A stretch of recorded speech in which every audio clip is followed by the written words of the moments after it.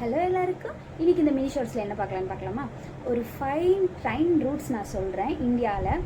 எப்படின்னா உங்களுக்கு மூவியில் பார்க்குற சீன்ஸ் மாதிரி ஃபீல் ஆகுறதுக்கான ஒரு 5 ட்ரெயின் ரூட்ஸ் நான் சொல்கிறேன் இந்த ஷார்ட்ஸில். நம்பர் 1 வந்து டார்ஜிலிங்கில் இருக்கிற ஹிமாலயன் ரயில்வே, டாய் ட்ரெயின்னு சொல்லுவாங்க அது.